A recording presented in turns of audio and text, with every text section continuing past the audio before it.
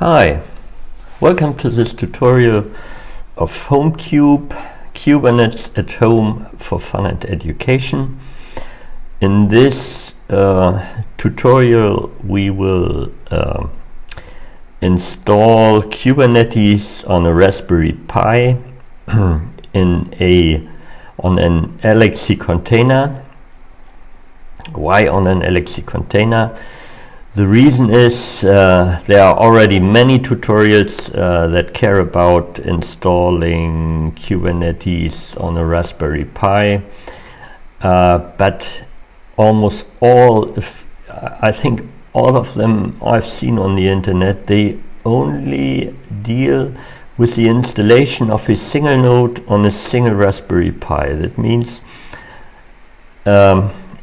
you can use a Raspberry Pi for one single environment, for one single cluster, but as long as you want to configure and set up multiple clusters, you have to either get more Raspberry Pis, or you have to delete your old installations and create new one. And so this is a far better usage of the hardware resources of the Raspberry Pi. Well, the resources are not unlimited, they are very limited, but to get a feeling and to play around with the different configuration options, that's a very good and very educative environment. So the first thing we will do is we will log into our Raspberry. I have prepared a Raspberry Pi following the episode of the first tutorial installing software, installing Ubuntu 20.04 on a Raspberry Pi. That's what I already have done, and I assume that is a prerequisite that we have that you have an installation, that you have a Raspberry already installed with Ubuntu 20.04. Now I will SSH into my Raspberry.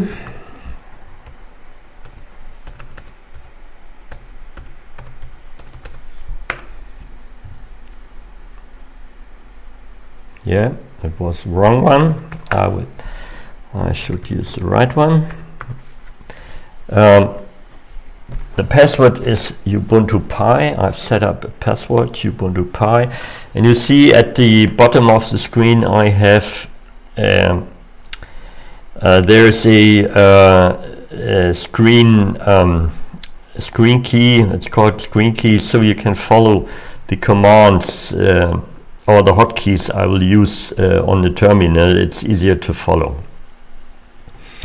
Okay, we are on the Raspberry Pi. I will use Tmax. Tmax is a terminal, a multi-terminal, a multi-pane terminal window, multi-session, multi-terminal, multi-pane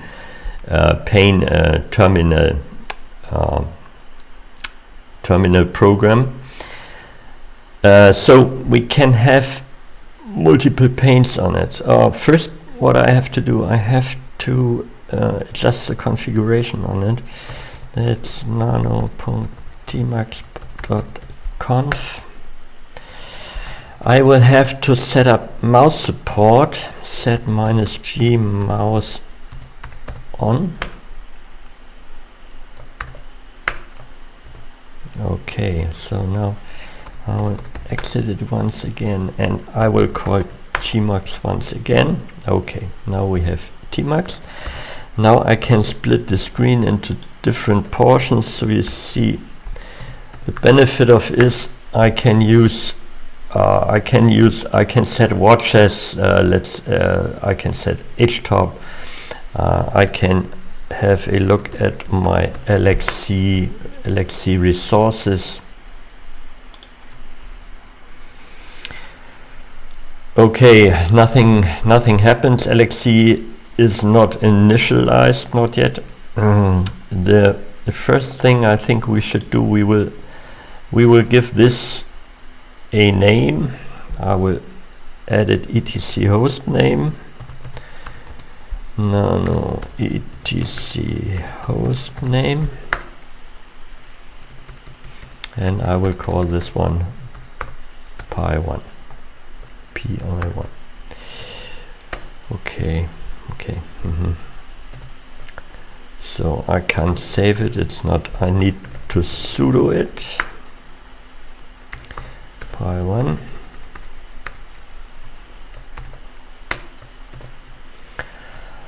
Okay, so now we have set the host name.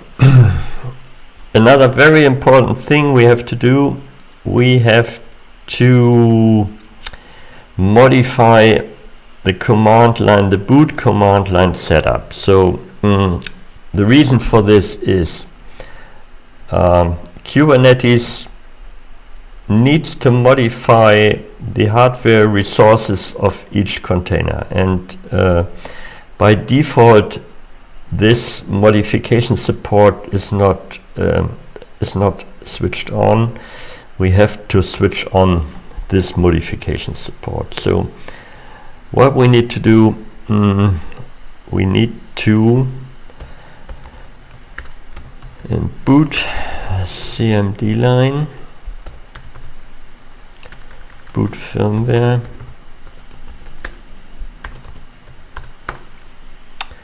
and there is a file that's called cmdline.txt sudo nano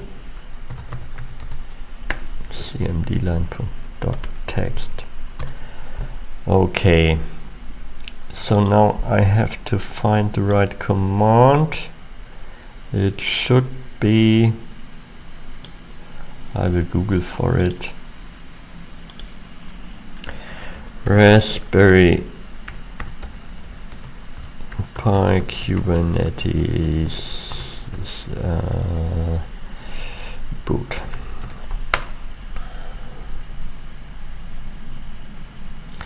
That should be okay. It's in almost every manual this is explained how to do it.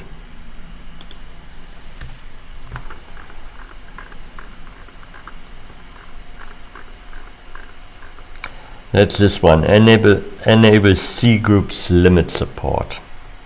And that's what we will do. We need to C group enable this stuff here. I will just copy it and paste it at the end.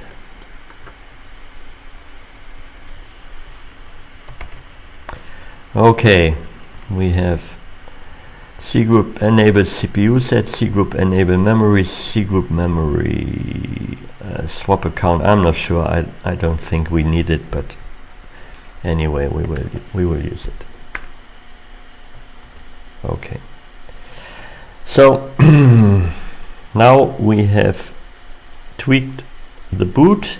We have set up a host name, and what we will do, we will also set up this host name on our local, in our locus, in our remote consoles etc hosts file.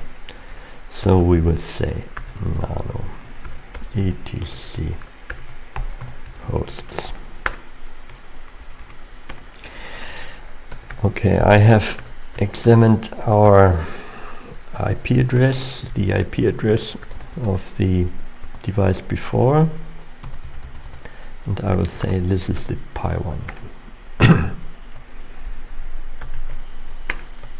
Okay, again, that's again same problem. We need to sudo it. Okay, now I need to switch off the screen key so I can enter the password here.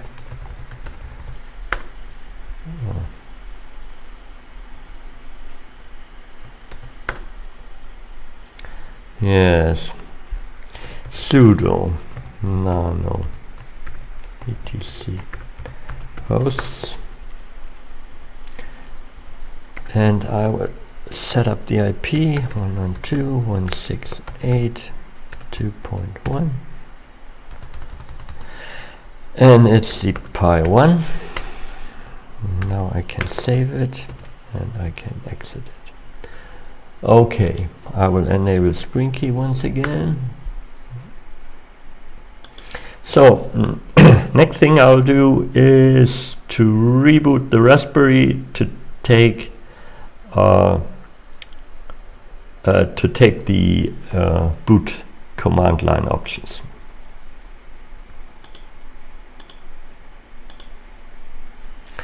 Sudo reboot. I'll pause the video here, and once it's rebooted, we'll be back at this point again. Okay, the Raspberry has rebooted and it's running, and what you can see here, the host name is now Pi 1. We can check the IP address, IPA. It's the same IP address. It's 192.168.2.1. One thing we have to make sure when we use LXC containers, we have to make sure that this device boots always and takes always the same IP address. It means either we will provide a static IP address, or we will set on our router a dynamic IP address that's bound to the MAC address. That's what I have done here. The MAC address of this device here will always be bound to this IP, because when the IP address of the Kubernetes installation changes, you will have to redo the Kubernetes installation. The IP address will be put in many places and many configurations, and that has to be stable. So for now we have to guarantee that this IP address will always be stable. Okay, next thing I will do, for simplicity, I would just clone the HomeCube homepage onto the device, because we have a couple of scripts there, and we don't need to copy and paste so much stuff, so we can execute the scripts and directly we have the scripts here in direct access. For this, I will go to the GitHub page of HomeCube, and I just will copy the URL, and I will say git clone and this URL.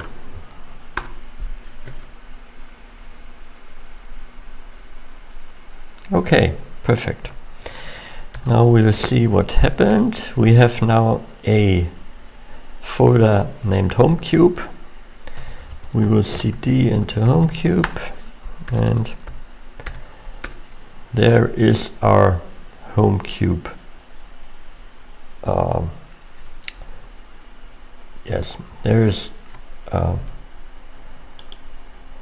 the contents of this tutorial here. Now, next thing we'll do, we will set up the LXC. We had inspect earlier, there is no LXC yet ready.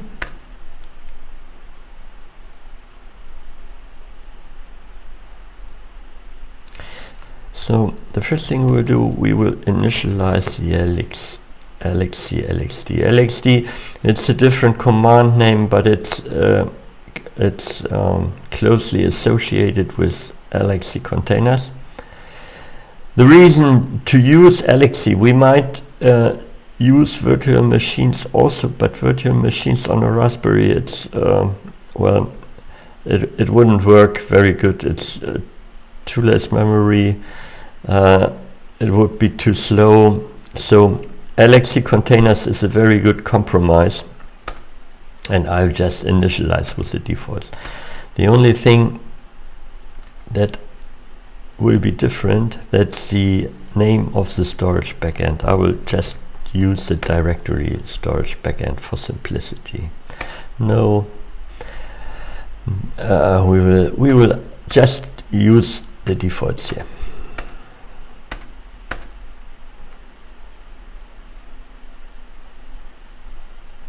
Okay, and we'll say again LXC list. Okay, nothing happens so far. Next thing we will do, we will set up our first node.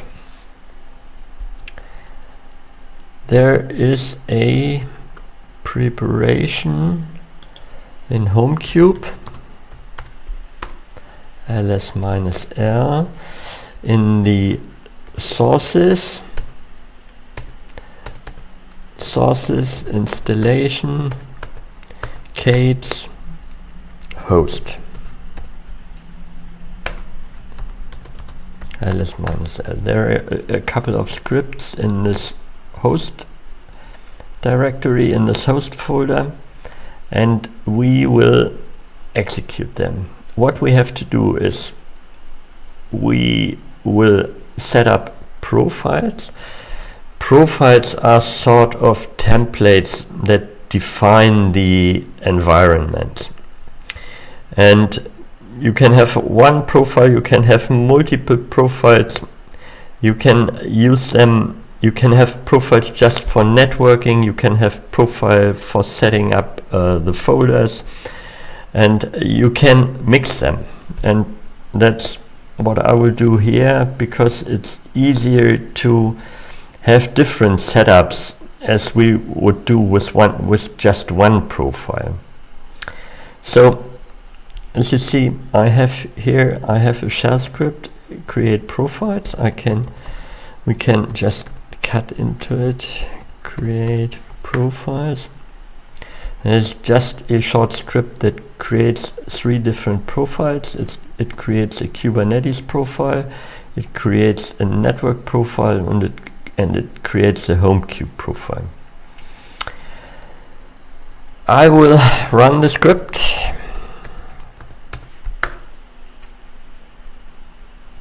Everything is done. Now we can inspect these profiles by LXC profile show, let's say, Kate's. I will enlarge the screen.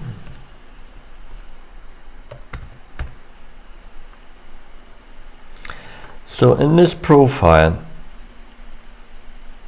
we just see in the Kubernetes profile, we just have a limitation of CPU and memory usage.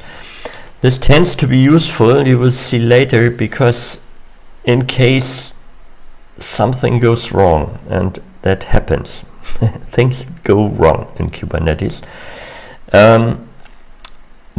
The self-repairing nature of a Kubernetes cluster will consume so much resources that it will be hard to even get a console and to fix something manually. So we need to somehow limit the resources of a node and of a cluster manually. That's what this stuff is about. The next line, kernel modules. We need to predefine kernel modules because in contrast to virtual machines, virtual machines can load kernel modules on demand. That's not possible in containers. A container has to have a fixed setup of kernel modules, and you cannot repair it, or you cannot add any other kernel modules later. So what you did not specify in advance, you can't set it up later. So that's from public resources. I have just more or less copied these kernel resources, and also I have copied some configuration of the LXC here. So we can have a short look at the other stuff. LXC profile, LXC profile. I will just make it short. LXC profile. Show home cube. This profile just contains device mappings. That's basically what in Linux is a device mount from the host. That's a mount of a folder from the host to the container. And I have the mount options here are an installation mount and a home cube with all the sources mount. The other thing we have, that's a MacVLAN. MacVLAN is a IP network. It's sort of like a bridge, but it's more lightweight as a bridge. It shares the MAC address of the host device with a sort of virtual bridge MAC address for the containers device. We might set up a bridge here. I have tried different options and I feel the MacVLAN it's easier to set up because we don't need to tweak the network settings as we would need with a bridge. We just define a network type MacVLAN and go along with this MacVLAN.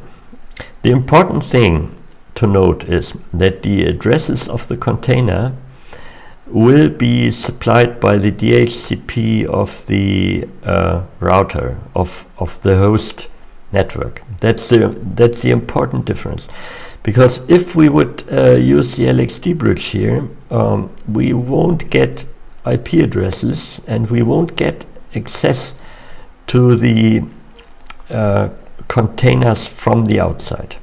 There's one important point to note here, because MacVLAN, an IP address of a container cannot be reached from the own host. That means the host, the Pi1 itself, cannot reach the IP addresses of its containers. But that's, in practice, that's not a limitation, because the Raspberry Pi is self-contained and we only access the Raspberry Pi from the outside, from a terminal, from a network, from somewhere else. So that's not a limitation, but we have to keep it in mind. Okay, now next thing we will do is we will create our first node. What we will do is we will say LXC launch. That's the launch command. We will use a Ubuntu 2004 container. That's the same container as we have on the host. We will call this container a template because we will just copy from this template all our subsequent nodes. So we will say Ubuntu 04 template node. It's a template, and now we have to specify our profiles, and these profiles are -p MacVLAN, -p Kubernetes, -p HomeCube.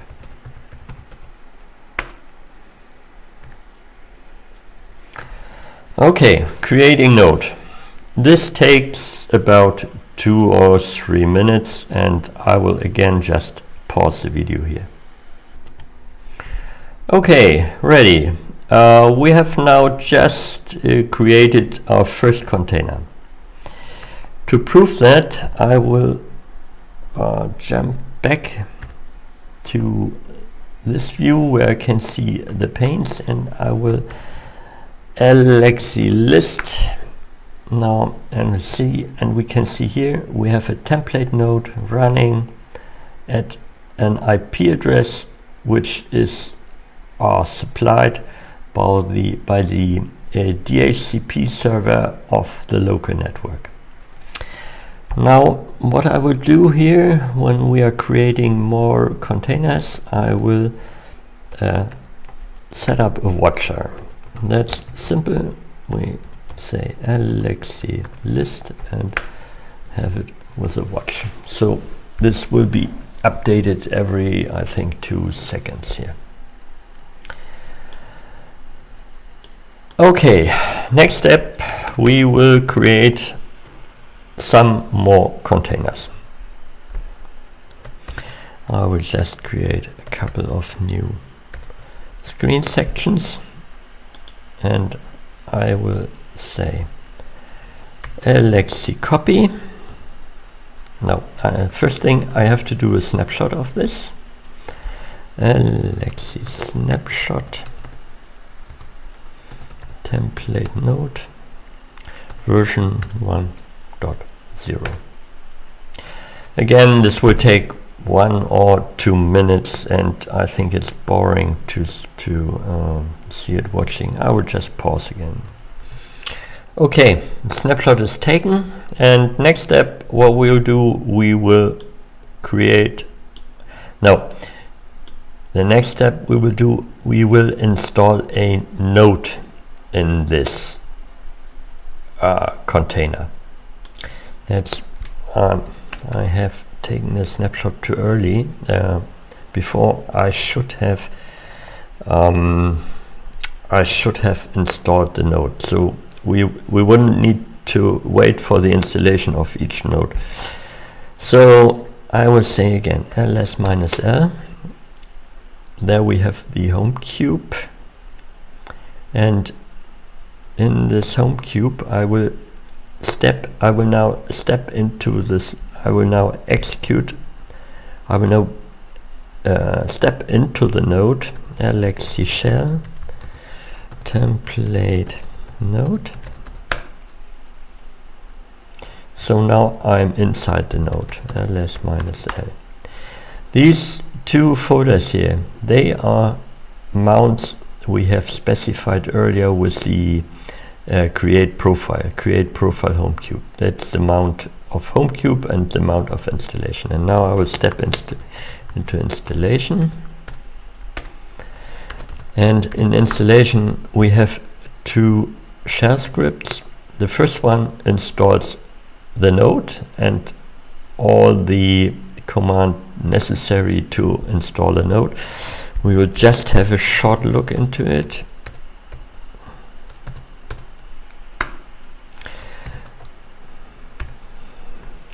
So what does it do? It will install a containerd runtime. That's the runtime environment we need for Kubernetes. There are multiple options for these runtime environments. There is a CRIO container there. I don't know them exactly, but we can Google this. We need this runtime support. We will add the repos for Kubernetes directly from the sources where Google has that are directly from the original Google sources. We will pull these repos. We will start a kubelet. The kubelet is the part responsible for maintaining and observing the container. We will supply a couple of fixes that are necessary for a Raspberry environment. This is a device, devk message, which is expected for the Raspberry. And we will supply a fix so that these settings survive a reboot. I have actually tried quite hard and a lot to make sure that after a reboot of the Raspberry, everything is in place as it has been before. That was not a very easy part, but this just this section of the code here makes sure that after a reboot you will have things will be just like before the reboot. Okay, I will just make it sure. Now let's just run this script. This script runs for about 1 or 2 minutes, and I say just stop. Okay, so we have installed our first node into this container named template node, and now we will create another snapshot. LXC snapshot template node. Now we have to take the next number, something like, I think I just call it 20.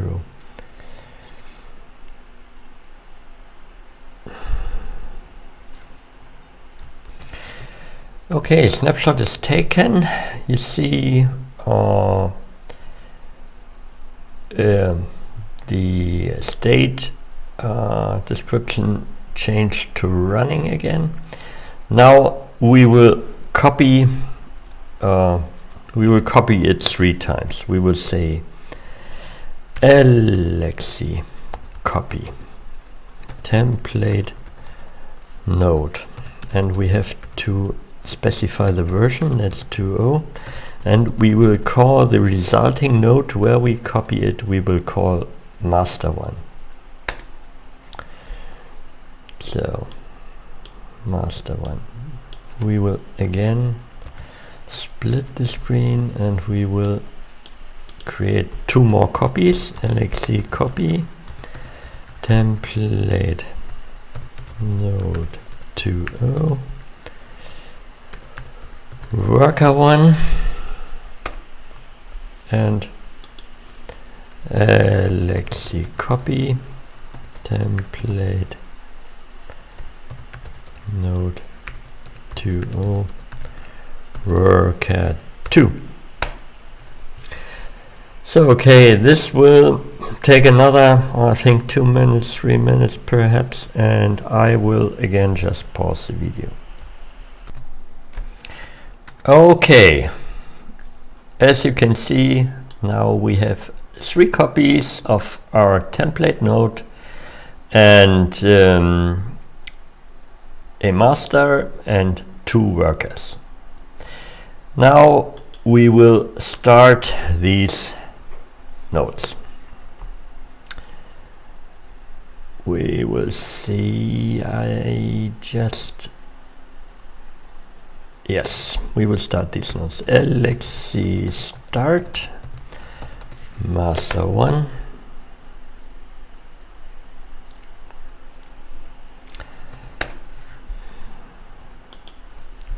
LXC start worker1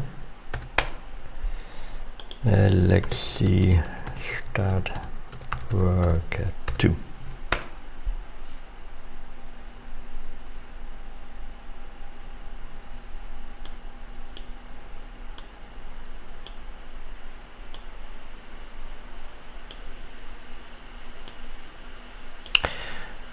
Okay, now we see here in our watcher that the master1 has received an IP from our DHCP from the local subnet, and next we will stop the root template. That's the node we just have as a sort of spare node. LXC stop template node.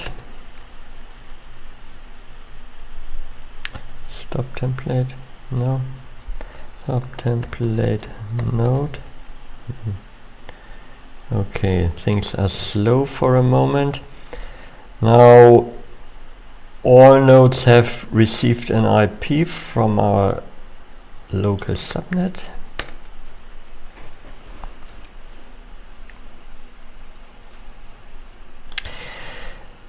And now we will, okay, we can, I think, okay, stop template, no, that's wrong.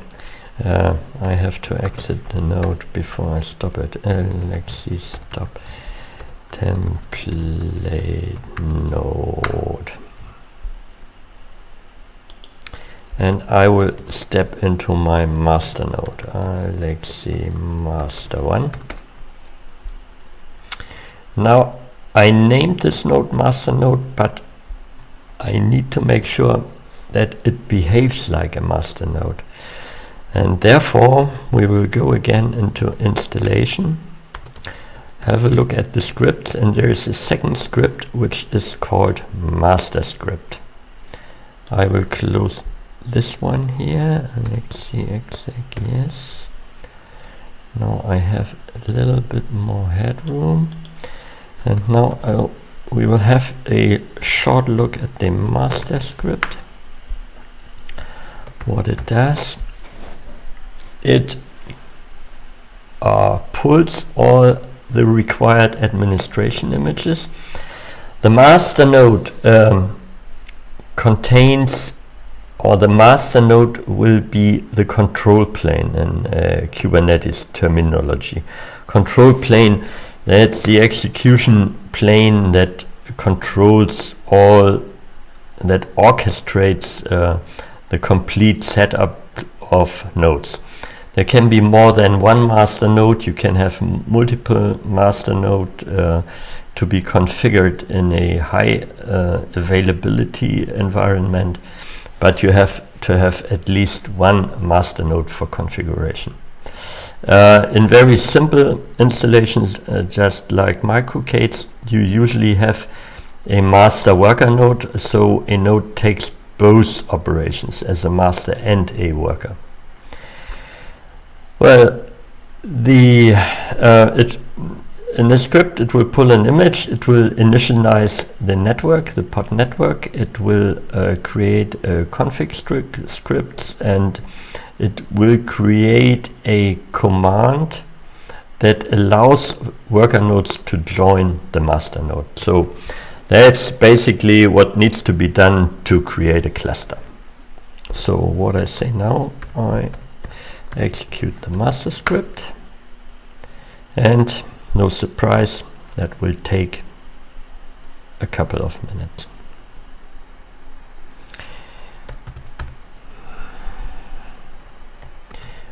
Okay, here we go. So the script executed successfully, and what it did in the end, it created a join cluster command. That's a single kubeadmin command we have a look at now. Cat join cluster. That's kubeadmin join. That's the IP of the master node. That are secrets to identify at the master node, and that's what we will execute now on the worker nodes.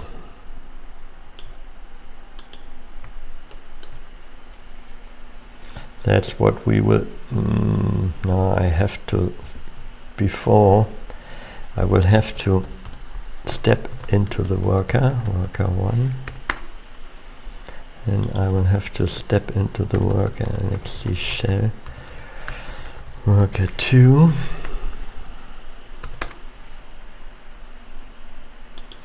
and then I will execute the join command on both.